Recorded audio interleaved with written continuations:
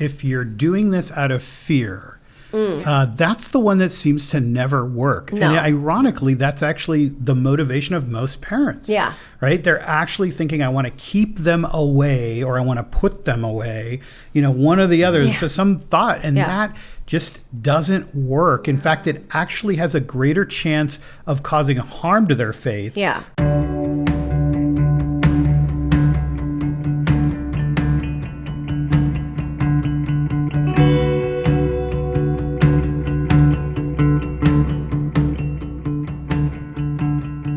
Welcome back to Jesus versus America. Jesus told us that we couldn't serve two masters, but so many of us are trying to serve the American culture while trying to follow Jesus. I'm John, and I'm joined by my good friends Monique and Wisdom, and today we're also joined by our friend Seth. And the topic we're going to be covering today in this podcast for young adults is, does attending a Christian college or university help or hurt your faith? We're filming this in September, where millions of families are probably bubble wrapping their kids right now to send them off to a Christian college or university in the attempt to protect their faith from any kind of outside influence and to make sure that they don't have any germs when they transfer there. Wow. And we're asking this question honestly, does it help or hurt your faith? And maybe a little bit of context to start with our backgrounds about this topic so that you might know where we're coming from. So I'm going to say maybe each of us could just say what our background is, like where we attended college or what we did that might give us some information about this topic. Wisdom, why don't I start with you? So I grew up in primarily Christian private schools, and then I went to a Christian university for college. Okay. I did not attend either Christian schools growing up. I went to a public university and a law school that was maybe Christian, probably not. But Probably not. Christian adjacent. Yeah, but I taught at a Christian university for over 10 years and was a graduate chaplain there. And the last young adult ministry that we sponsored was co-hosted by the university and our church. So I spent many years on that campus, more than a decade, working there and observing what's going on. Seth? I went to a Christian, private Christian school for my first 4 years of primary education, so first grade through fourth grade. And then after that, I went to a public school, and then I went to a public high school, and then I went to a public university, and then I went to a Christian university. I transferred from a public university to a Christian university. That's going to be a very interesting perspective from one to the other. It is. I've been told. Can't wait to hear about that. So I went to a Hebrew school, actually, until I was in second grade. And then third grade to high school, senior year, a private Christian university. Private Christian schools up until I graduated high school. And then a very large public, not even close to a Christian university. So I personally have never attended a Christian university. Only have I known people who have. So this is, I think, I represent the people who also have never. This is going to be very interesting for me as much as it is, I think, for some of the viewers, because I'm very much looking at it from the outside. So I have not had that experience. My university experience was very traditional. It was move into the dorms, just getting fully immersed into a microcosm of the world we live in, so real life. Good. So estimates say there's somewhere between 600 and 900 Christian colleges and universities, obviously of varying size and from all different backgrounds.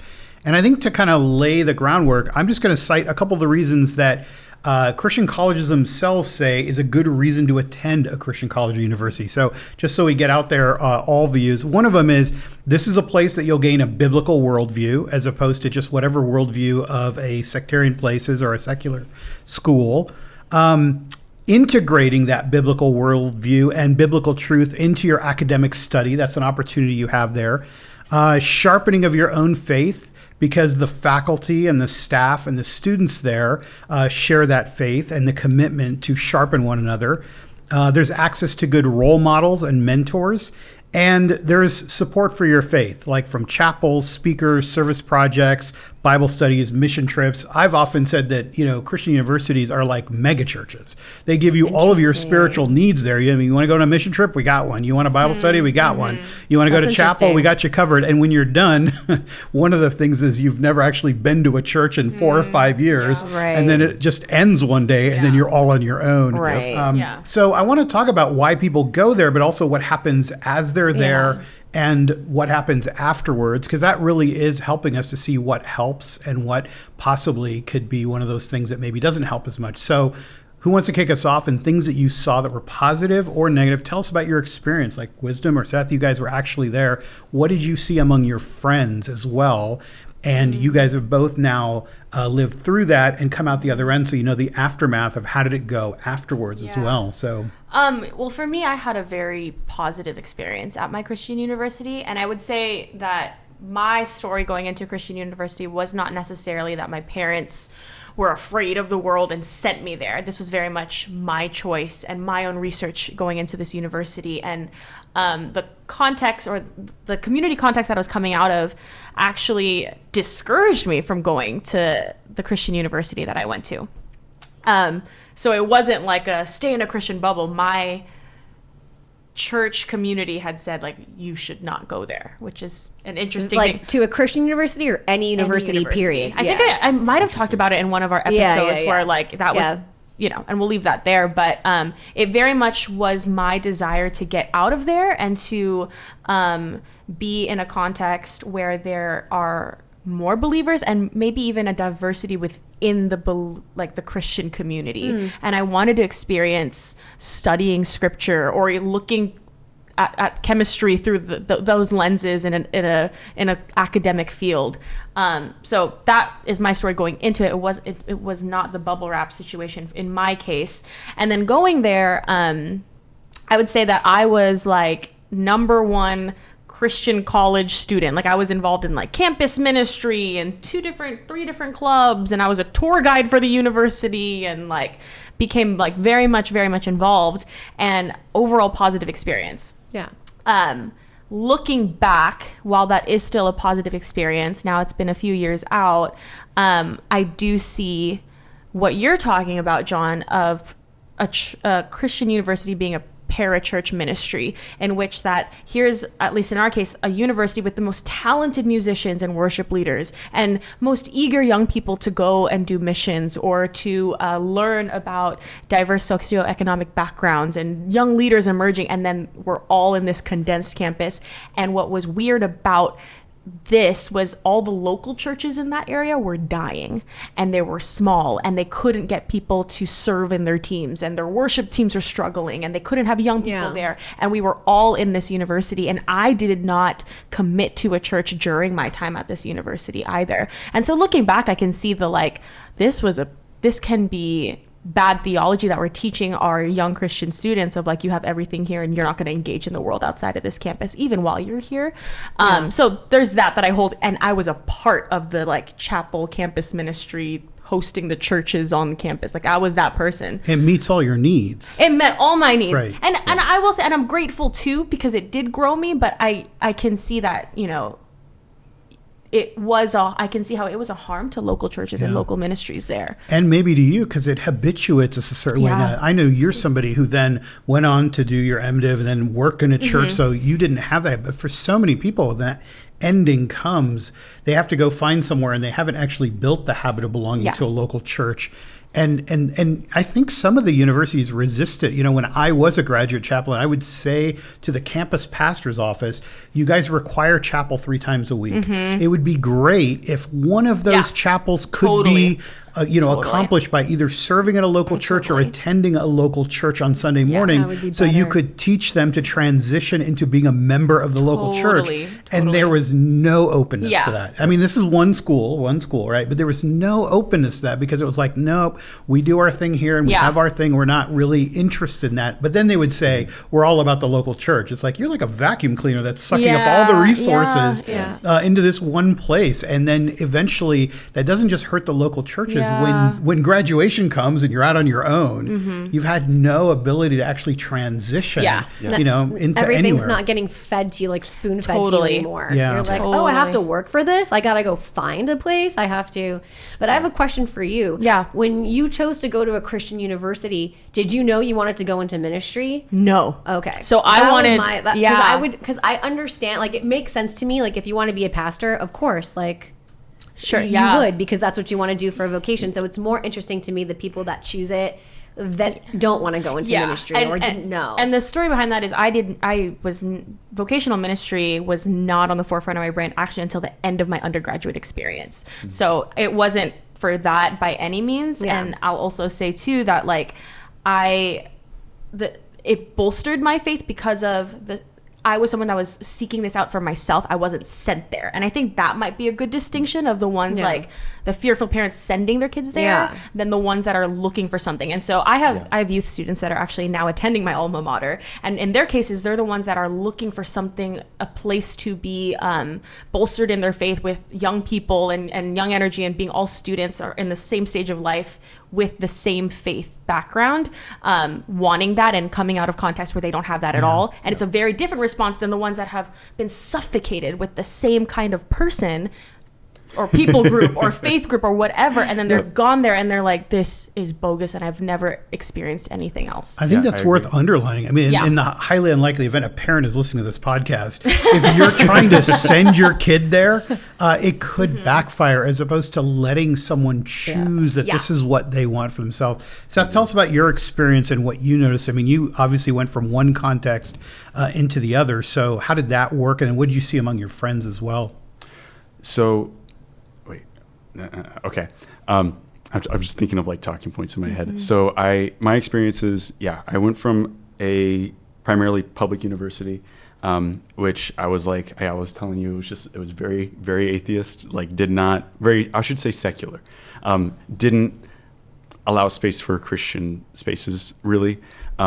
And was a place where like I was often like laughed at or ridiculed for my faith. Where my first philosophy class at that public university, he was, and this is a whole other conversation, but the first day he was talking about how there isn't a God, like within like 5 minutes. Wow. I was like, okay, here we go. Here we go. And and then to go from like that environment where I was like studying for that class, but also kind of against that class, and like seeing like, okay, what do I really believe, and really struggling with it, and like seeing like asking good questions and all that. And then going to a Christian university where they're like, let's talk about Jesus all night long. And like, let's go to a class where we just talk about the Old Testament. And I was like, yes, absolutely. This is fantastic. I love this. And then also having a really solid friend group while I was there, where we all were just like encouraging one another and talking about Jesus and talking about our futures. And it was just so wonderful and encouraging. But then I agree in the sense of like, after graduation, like I feel like this is something in a much larger culture, but especially in Christian universities, you feel it, where your entire degree, you're looking forward to graduation. Like, I just need to get my degree, I need to graduate, I need to get a job, and then I'll be good. I just need to graduate, I need to finish this class so I can graduate, I need to get all these credits so I can graduate. And then you finally do, and it's amazing. The commencement speech is beautiful. You have a wonderful cap and gown, and it's great. And then that's it. And then it's over. You're dropped. Yeah. You don't have those wonderful conversations anymore. Yeah. You don't have those wonderful classes. All your close group of friends, like maybe you can call them every once in a while, maybe get a text message or something, but it's really just not there. And then I agree with like, especially with my Christian university, like as you're driving up to it, I noticed it. One of the most recent times I drove up, I was like, you only see the influence of that university on the university's campus. Everywhere around it, it's like, what? This is here? Like, what do you mean this is here? It's like, whoa, oh my gosh, it's right here. Yeah. And it's, you don't really expect it or see it until you see the sign. So I agree. Yeah. I really agree. I feel like, and this kind of goes into like a much deeper sense of I was talking to a friend about this, like the Great Commission, in the sense that we're sent out to all the world. And I feel like in my head, a Christian university, you should be seeing the influence throughout the entire community. Right. Like, oh, like if there's a Christian university in that community, you know it. You should be able to know Yeah. it. Yeah, feel like, it. oh, Christians were Yeah. here. Right. Like, the love of God is here. Yeah. Like, it's Yeah, like, something my yeah. head pastor says about our church is like, we want to live in such a way and operate such a way that if we were to shut down all operations tomorrow, the city would notice, like the surrounding area would Yes. notice. And if not, then what's the point of our presence here at this place? Exactly. So similarly, yeah. And one of the things that I talked about, I talked to my mom about this. She said that she raised me and my sister with bull shark Christianity. And I was talking to you about this briefly, that the bull shark is one of the few fish that can regularly go in between freshwater and saltwater environments. It can do this because it's a Eurohaline type of fish. I learned that term from my sister, Big who's a marine word, yeah. biologist. And what it can do is that it's able to so saturate itself in salt that it can spend days in freshwater environments. And that its immune system is so set up that it can pass fresh water straight through it and hold on to its salinity. To apply it to our faith, and how I've noticed it and how I've seen it flourish is when I'm able to so saturate myself in the Word and in God's presence and with the Word and with the good Christian education, that I can be like, okay, I can spend days in a freshwater environment now. Like, bring it on. Any question you have, let's talk about it. Let's find answers There's a together. saying in my family. My dad used to say, "You can walk through mud and come out clean." That's what he would say. The type of kids, like that you're the type of person that can walk through mud and come out clean. Yeah, or at least wipe yourself out. So there's kind of an adjacent analogy, though, too. I mean, like, they're discovering that one of the reasons so many people have peanut allergies is because parents keep their kids away from peanuts, right? So they never develop any kind of, it doesn't get inoculated. So it's not there. Or if you never let your kid get dirty, right, then they're going to have a lot of, like, any germ will get them sick later because they never really built that up. Yeah. So that's one way to look at it. I like that bull shark analogy. That way of moving, but there's also this, if you bubble wrap your kids too much, and that's before they even get to those schools, you're actually not exposing them to things that they will eventually get exposed to. And you don't want that to happen for the first time when they're 22 and having graduated from school. Completely naive. Yeah, because then what are we going to do? Find a only Christian workforce, an only Christian company? Well, even then, like, I've noticed that you can tell during my undergrad time, the students that were sent there with the bubble wrap, there's some trouble you can get into even in Christian schools, like the kinds, like maybe even worse because of the like forbiddenness of it and the whatever. Like, you can find that in those colleges too, and that's a myth to break. Of like sending your kid to a private Christian college will protect them from these bad influences. I'm like, they exist there. Some of the worst people. They so exist. They totally exist. They so exist. Some of the worst people I've known, honestly, Yeah. were students at Christian universities, where I was like, what are you doing? Like, And not even that, like, worse people, but even awful things happening to people, like awful things happening to my friends at parties or get together, like at a Christian campus. I mean, that's not gonna, and that's the whole thing. Like, sin is in the entire world. You think you're gonna go to a campus and call it a Christian campus, and all of a sudden magically you step in and it's like sin free and perfect and pure? Like, of course not. Like, people are going in with their struggles too. So this is like a hard thing for me to consider, because I was thinking about this. I was talking to a friend of mine maybe like a month ago, and we went to private Christian high school together, and she was telling me about what it's like to raise her kids. And she says, and they're not like super religious, but she still like holds on to her faith pretty tightly, and they can't afford private school. We talk to each other all the time, like, how did our parents do this? Like, we don't understand, like, now that we're grown-ups and we know what these things cost, like, what truly like a privilege that is. And she said, when we graduated, we just knew so much in terms about the Bible. Like, we knew our faith, like, we had all these different classes, and like one is in like philosophy, apologetics, whatever you think about that, and just studying the Bible like deeply. And I look back at some of my especially high school Bible teachers, and they were incredible classes. And intellectual classes, not like woo-woo, whatever, it's a Christian club. I mean like deeply intellectual classes that I loved. And so you can't undo that. Like I didn't go to a Christian university, but, and maybe more important so, from a young age up until I was 18, and there were negatives too. Let's be clear about that. I look back on some of the stuff, it's like cringe, and I'm like, thank God I survived that in a certain sense. But there is that benefit. Like that deep foundation was there. What I had in my case, I think that was also different. My parents didn't send me to a Christian school for that. Like, oh, we only want you around other Christians, and God forbid you see something or hear something about how other people. It was not that at all. It was just like a good education. You know, they felt like it was probably a little bit safer than most of the public schools in the area. And so I had a balance, and my family is a family of faith, like deeply loves the Lord.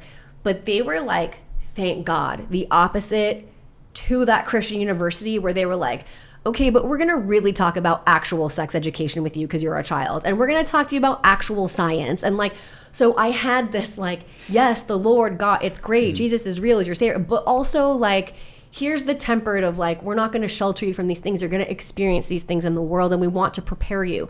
So thank God for that. Yep. I remember I went like, I was actually a transfer student also before I went to that large university that I went to. I mean, I've said where I went before, UCLA, whatever, but I was a transfer student. So I went to a JC, and I will say my first year there, even with the temperance of my parents, was a little bit of a culture shock.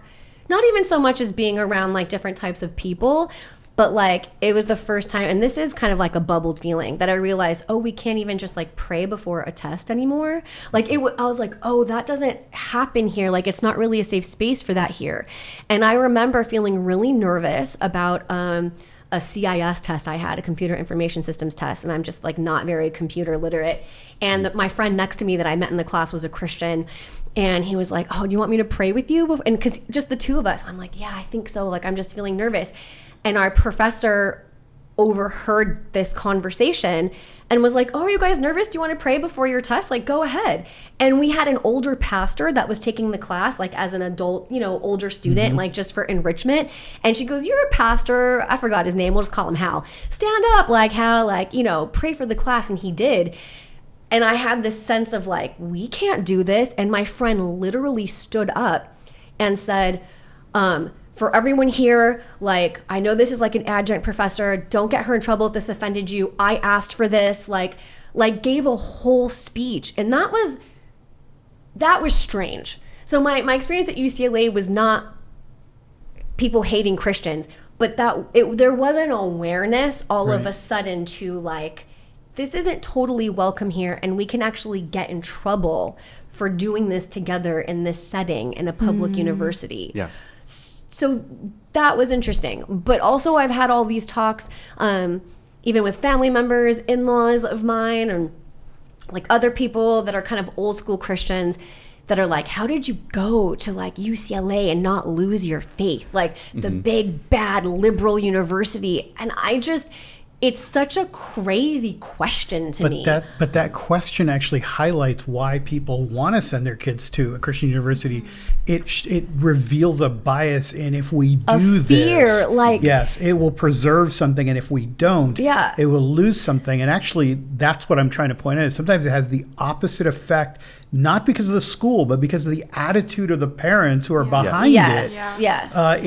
That attitude has permeated their entire education, their entire upbringing, or that and it faith has never backfires. been allowed to live in a real environment, and then it withers, and then you lose your faith, and it might not even be because you are rejecting what your parents have done to you, because there's a lot of that too, right? I've met a lot of people that ended up losing their faith for that reason. I was forced to a Christian university. I'm sick of it being rammed down my throat. There's that. Yep. But there's also the people who were never allowed to grow roots into reality. And they've always been protected and experienced. And like one question, you know, that makes you doubt or think about your faith differently, and it's done.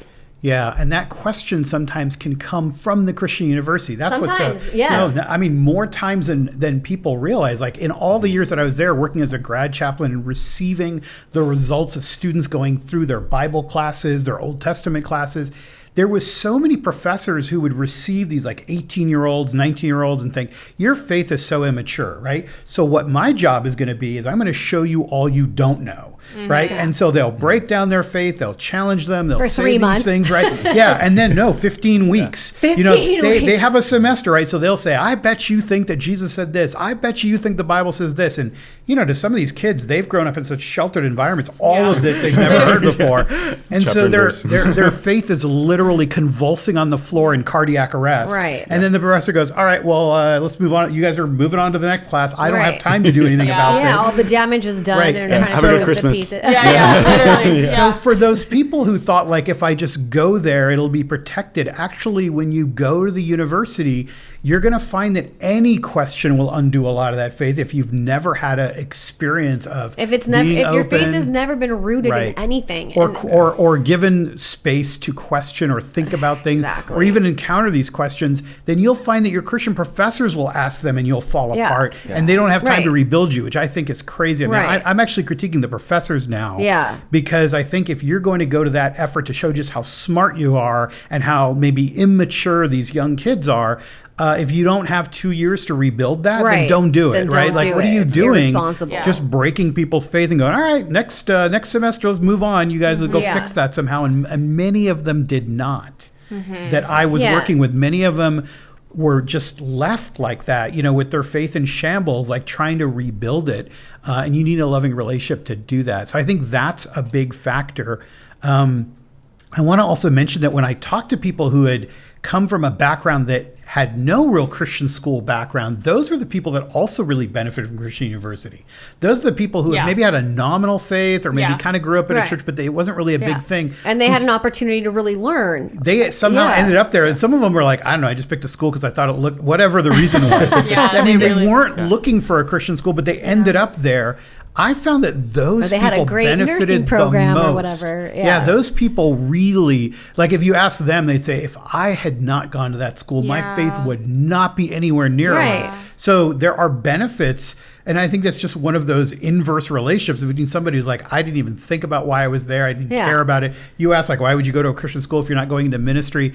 I worked in the business school, right? Like Yeah. that's where I was working with. Like I had plenty of students who were never going into ministry. Yeah. And many of them weren't even thinking that they weren't even believers. But by the time they came out of that program, they had profound experiences For of sure. faith that changed their life. Some Yeah. of them, ironically, But the could they ones who have had those at a local church if they were? Yeah, if they were there, that's sure. my point too. Right. But But if it's every not to day, knock- if it's right. every day and To be part of your inundated with that and to be- like your Yeah, there's a student life difference. rotates around It's it, and different. it's It's different. you're immersed in it. So Yeah. there is an immersion part of it. So it can actually work well or not. Tell me about outcomes afterwards. I'm curious because that's you talked about this big abrupt ending. That happens at graduation. By the way, that's the school trying to get you to get a master's degree. That's why they're Tell me doing about that. it. They Yeah. tell all your friends to stop talking to you and all those promises they made about being friends forever. They just go like, shh, everybody go into a You 3-month need us, silent come period. back. Yeah. And I had many students, because I taught in the master's program, they would come back and I'd ask them like, why are you getting a master's degree? And some of them, if they're just honest, they're like, I just wanted to stay here a little longer. They talked me into it, like I just wasn't ready to go out there. Yeah, there's professors that are that way. Yeah. Yeah, I just want to be here. Or I was here for 4 years and I didn't find a wife. I thought maybe a 5th or 6th year. That, Maybe though. some of Spring them were by that. spring. Some of them were Yeah. that honest. They would say Spring by like, spring. yeah, Spring by spring. and like at the university I taught, they sold master's degrees like timeshares. I mean, they were like trying to sell everybody on a master's degree to get more money out of you. But let's talk about it. There's that abrupt ending. Sometimes there's a smoother ending. So you guys are still in touch with some of your friends, I assume, afterwards. Like, how has their faith fared afterwards as that's gone on? How have you seen that? So there have been a few of my friends. It's been touch and go. I want to say I had a pretty solid group of like 6 people. I want to say comfortably about like 2 or 3 of them, including myself, still go to church regularly. Everybody else is mostly either finishing another degree and they're just too wrapped up in it to go to church, or they just are too busy with work and they just don't go. I'll also say something that, like, kind of touching on your point of like the like affirming and like with like the understanding and everything like that. What my parents did and what we did as oh my god, gosh, as in our Christian university, Yeah. was we regularly discussed like those hard topics that happened. Like with the hard things or like the not so Christian things that would happen on campus. And you're like, what do we do about this? We would talk about it. And we're like, we don't want to do anything like that. And it's like, I don't want to either. And then we were able to talk about it. And even with like my parents just being like, hey, let's like, just so you know, no topic is off the table. No, and like let's feel comfortable with those discussions and like let's actually have a good like conversation about it instead of just being like it's taboo. Do not talk about it. That makes the hugest difference. Yeah, and so I'd say like post grad, to answer your question, it's definitely a drop because we do have to go from being in such like a saturated Christian environment to going to church once a week. Like maybe there's a small group on Wednesday. Like maybe on Saturday there might be a game night on Friday too. I don't know. Like it just depends. And so it's difficult. It's difficult, and you try to affirm people where you can affirm and be as affirming as you can be and as encouraging as you can be. I'm just curious, like in your friend group, because you said about half don't attend church, and you kind of said because they're too busy or whatever. But is their faith intact, or are those half no longer believers or questioning their belief? Like, well, that's where it gets a little bit more interesting because we all had a really good understanding of theology, of Old Testament understanding. Like we took one Old Testament class where we had to. Every single book of the Bible was like an in-depth, huge analysis that was like pages long. It was due every single week, and it was insane. And we walked out of that class like having like these huge, heady conversations about Moses and all that. But my point being is that we had such a deep understanding of theology that we couldn't really listen to the prosperity gospel the same. Because we're like, that's not it. Yeah. And we would go to other churches and be like, oh, I see what he's doing with the eisegesis here, but like I would have liked a better like he could have like come up with it with like a better New Testament scripture right there, and it was like lacking that nuance that we found in the commentaries, in with our professors, in our own discussions. And so it was just kind of like, man, if this is the church today, like I don't really want to go. So like with those people, like I can still have those conversations, and we do still have those conversations every once in a while. Those people, but like we don't. No, I understand. That's like that's a thing where a lot of knowledge is great, but like that's also the heaviness of having a lot of knowledge, because it's hard to encounter. I think that every Sunday, and we've talked about that on like, what's the purpose of the church today and all of that, and we've had those discussions, and that's definitely a hard one. He who increases knowledge increases sorrow. I think in some of these cases, it sounds like what's happening is it's delaying the entrance into the world, right? And you're going to have to get there. So some people are thinking, I can preserve this for 3 or 4 or 5 years longer by just not going there. I can just kind of rip the Band-Aid off. let's see if we can just go a little bit longer. I can get my master's. And I think that but at some point that's going to end. And the problem is, I think the longer you have been away from that opportunity to actually see what your faith is like in the world, to encounter real questions, to encounter people who disagree with you, have different morals than you do, have different values than you do, different thoughts and ideas, and follow even different faiths than you do, the more likely it's going to cause you trauma at the other end of it when you encounter those things. I think that's actually one of the harms. But again, we're trying to be balanced. Like I remember one of the positives was that first, so I was actually teaching at 2 universities at the same time, a Christian one and the sort of Christian adjacent one. That was actually my alma mater for law school. I was teaching at the law school and the MBA program at the same time. I felt so much freedom in the Christian university to talk about my faith and to integrate it into the subject matter. And I don't mean just like let's start the class with a prayer or mention a parable once in a while. Like I would actually ask, like, if Jesus was earning this degree, if he was going to practice in the fields of consulting or finance or whatever, how would he do it and how should you do it as a result? And I actually taught the courses that were in subjects like public policy and entrepreneurship from the perspective of how would Jesus do those things so that you would do them too. I did not have that freedom in the other places. So there are times when, this idea of integrating your faith into not just the biblical classes, not just the Old Testament classes or all the things that you're required to take as a student at most of these universities, but just into your regular, like your nursing class or your business class or your sociology class, all of those things. It's different perspective. Right. Yeah. Came with a requirement from the university that your faith be integrated into it. So I think that is a great positive that lasted after the people left. Like I felt, okay, at least now you've heard that if Jesus had an MBA, what would he practice with it? What would he do with it? And how would it look different? And you hope that those seeds would continue in the way that they... And whether they did or they didn't, that's up to the student to take that with them, but you've heard it, right? You were here. In fact, it was the last session of every class. I would end with this big charge of like, what would Jesus do if he was graduating with this degree? And I think that's the benefit. So there are benefits to it where you can't do that. It isn't just in a public university. You might not be able to mention Jesus. No one is going to bring those two things together and stop that secular sacred divide where it's like, well, Jesus is our savior for like personal things and spiritual matters. But then there's, I go to work every day and I do this, right? But, and you bring them together, at least in the Christian university. I just think like at what point, because actually you're touching on the next thing I was going to talk about. At what point is it your responsibility? Because what I was going to say is like, I went to a public university and everything I learned was from the Christian perspective because I was a Christian. So when I was learning something, I would gather the information, try to be like an unbiased, like, okay, this is what's being taught to me. Okay, how do I look at this as a Christian because I'm a Christian? That was on me. That's why I don't understand. People are like, how are you still a Christian? Like if you go, I'm like, because you have to take responsibility for your faith. Like that is such an insane question to me. I'm like, what do you mean? Like I took a class, I believe in Jesus, I learned what they wanted me to learn, I applied my faith to it in my own way.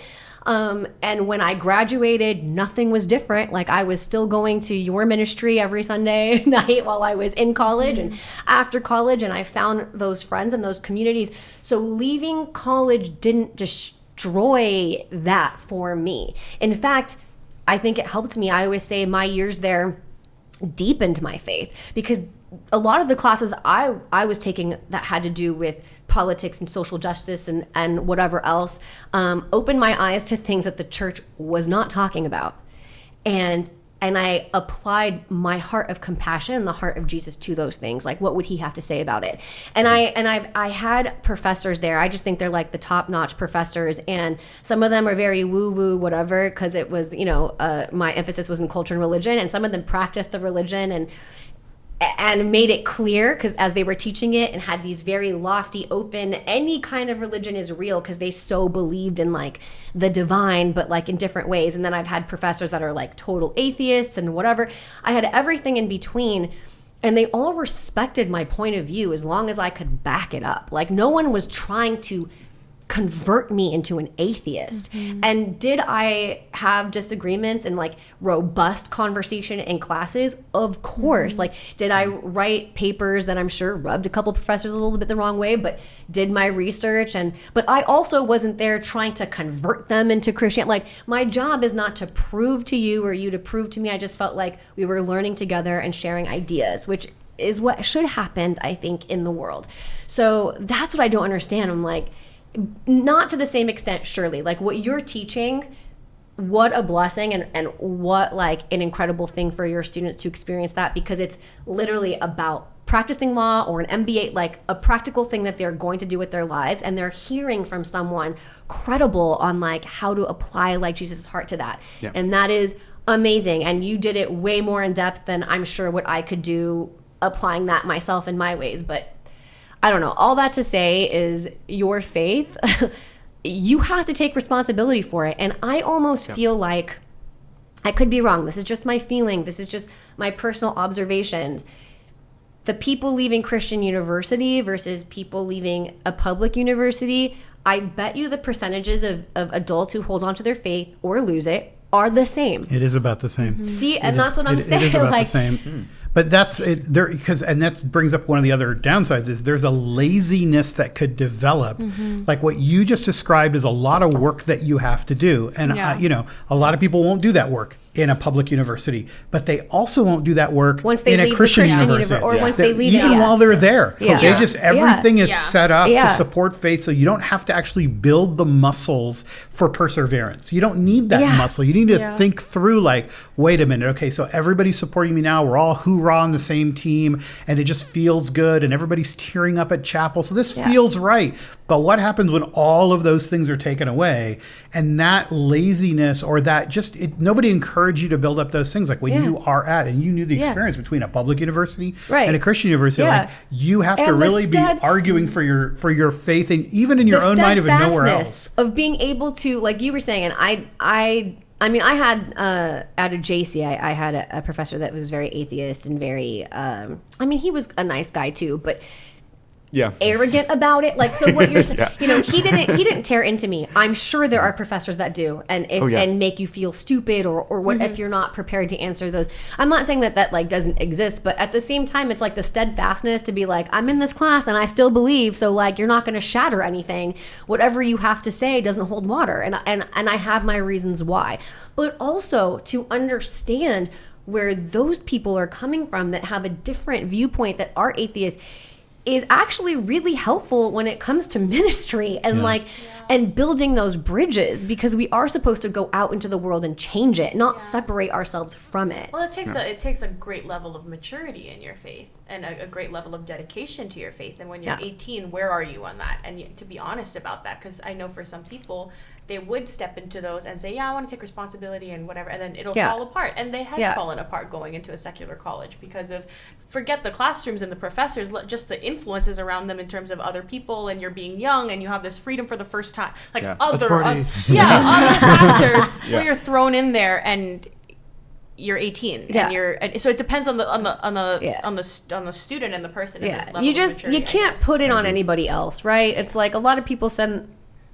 or maybe some people send their kids to a private school or university also out of laziness. Like, I don't want to open up my Bible and teach my kid. Just go and like train my kid for me. And to me, it's like the conversation, if we're talking about a family unit for those that are parents that are thinking about sending their kids to a public university or whatever, if you're talking about the family unit, those conversations should start in the home, and it should be something different. Like, don't leave it to other people.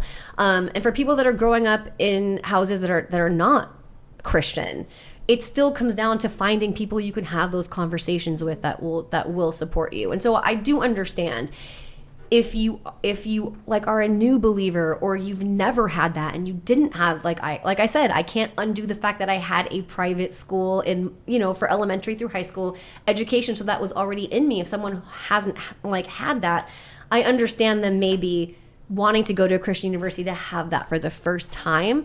Or of course, if you want to go into ministry and seminary, that's the place that you go.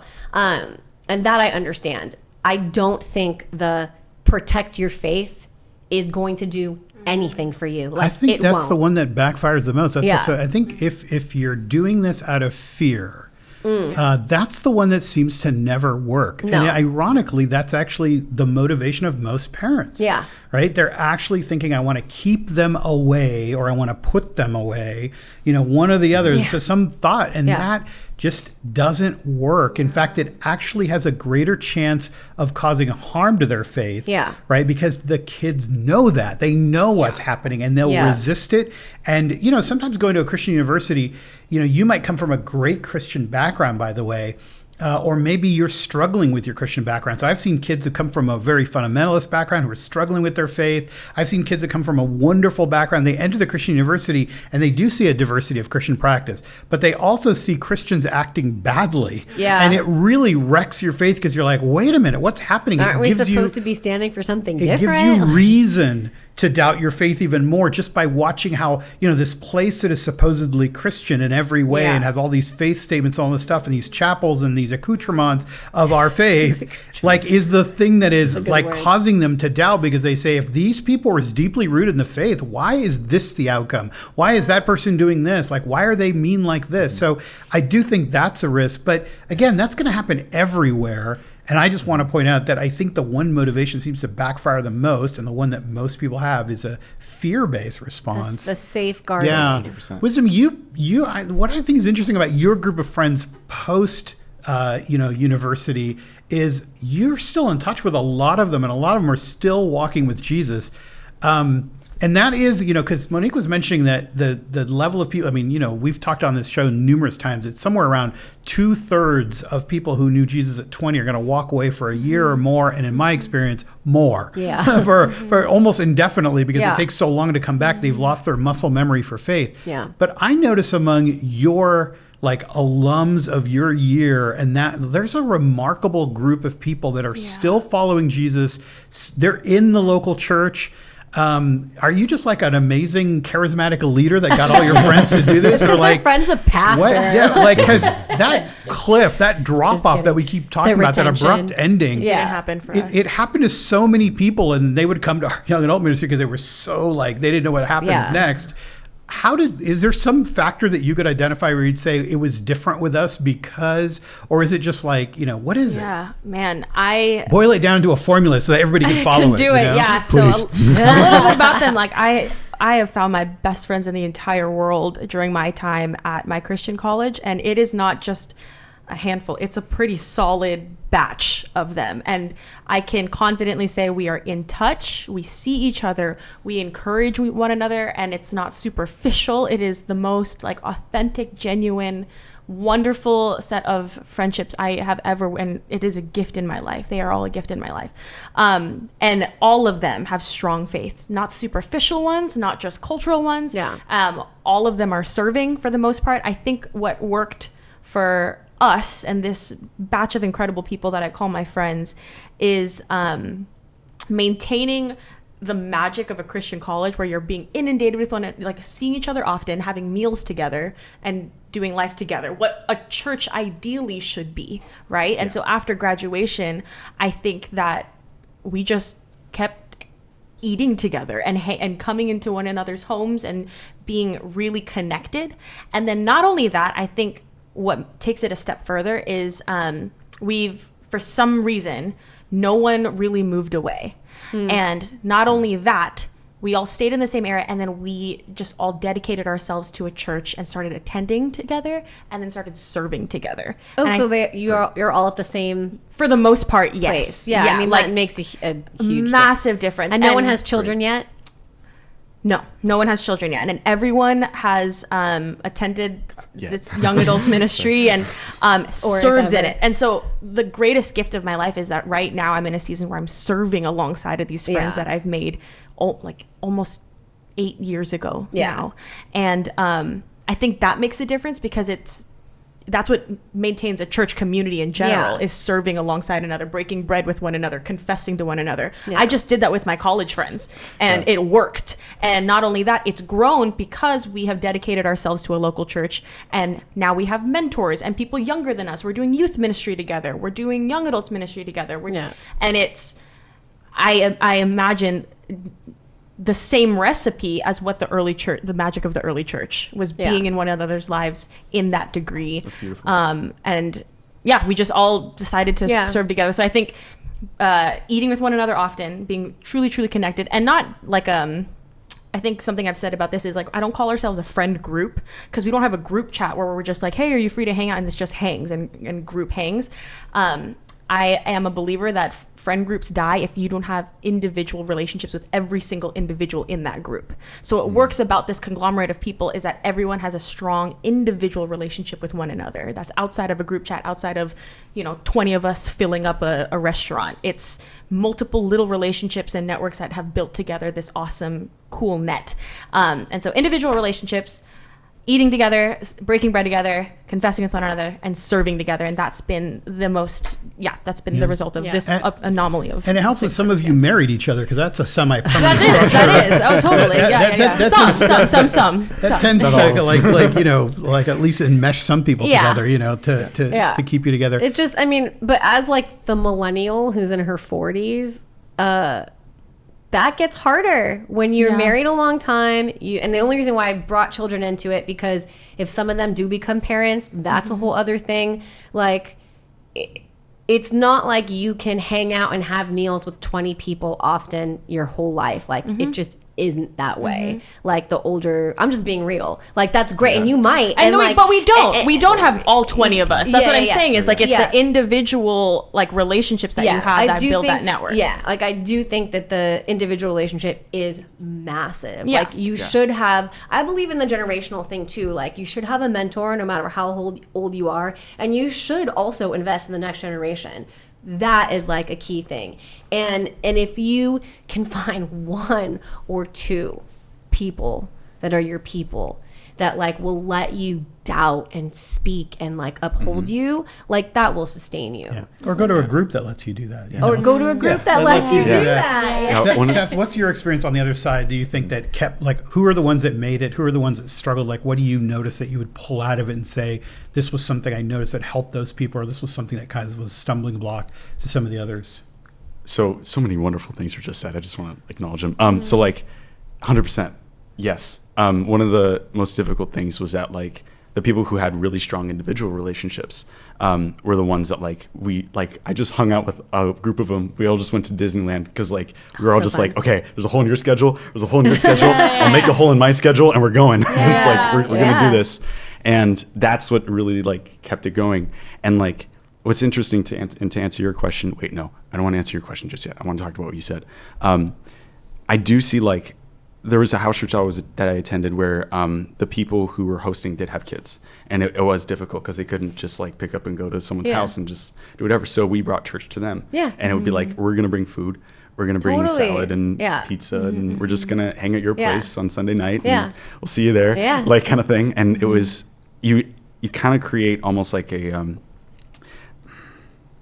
I don't want to say it, but there's like, just follow me, like almost like a family dynamic, in a sense of like, okay, I'm gonna take care of your kid like they're my own. I'm going to like take care of you like you're my cousin. The literal kind of definition. Thing. It's community. It's community. Yeah. And I'm soft with that word family, because that's where things can kind of get a little bit toxic. But as long as it's done in a good way, and it's with those good practices, and like what you're saying, it's like good solid relationships that are like biblically based, and serving together. Serving together is probably if you boil it down. That was the biggest difference. The people who maintained a relationship or who maintained a regular church attendance were actively serving. For me, some of the times that were like difficult for me to like just be like, okay, I need to get up early and go to church, and I play drums every week at my church, and that was like, okay, I need to go and I need to be authentic about this. I need to go and do this. Even to like the entire conundrum of people that are like, you work all week, why are you doing this? Like, no, I need to go and I need to go do this. And that has really like produced like longevity in my faith, in the sense of like, okay, I know the people who I sit next to.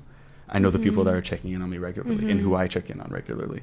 And it creates a dynamic when you're serving with people that it's like, okay, there was a season in my life where I was an after school tutor, and we were like, oh man, there's this one kid, like it just gets on my nerves. Or like, oh my gosh, if I can just get this one kid to understand like division, like, oh, like that would like brighten my life so much. And you find that when you're serving with people, and that you're able to really bear with one another. That's Colossians 3. Like bearing with each other, serving one another, and singing spiritual hymns and like learning this, like hearing the same messages as one another at the same time, and kind of that's the topics, right? Not like my source of teaching and then your source of teaching, and then when we catch up and we finally find that hole in our schedule and we're coming with two, it's like learning alongside each other and serving together has really is the magic of it. And we've talked about how hard it is for young adults to plug into churches, and churches don't do well